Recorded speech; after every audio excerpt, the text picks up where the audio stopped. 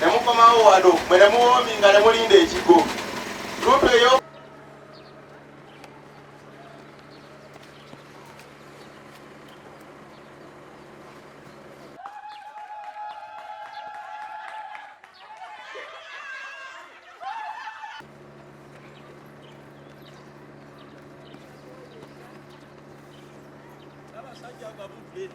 Sabasajja bwagamba teri addamu.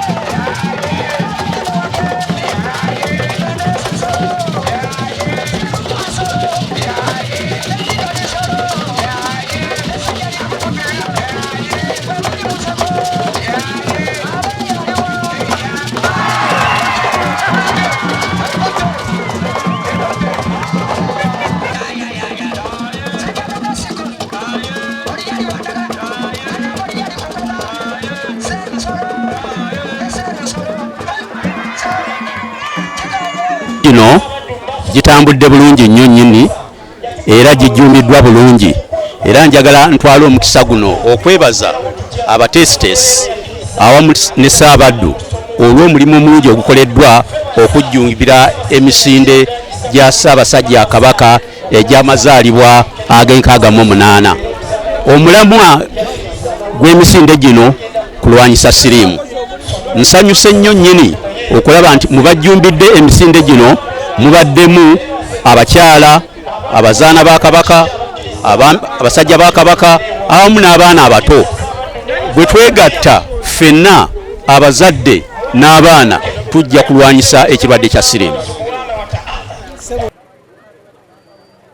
Kasitabeene abanga alamula fenga abamu kyekituwa essanyu era kyekituzzaamu essuubi.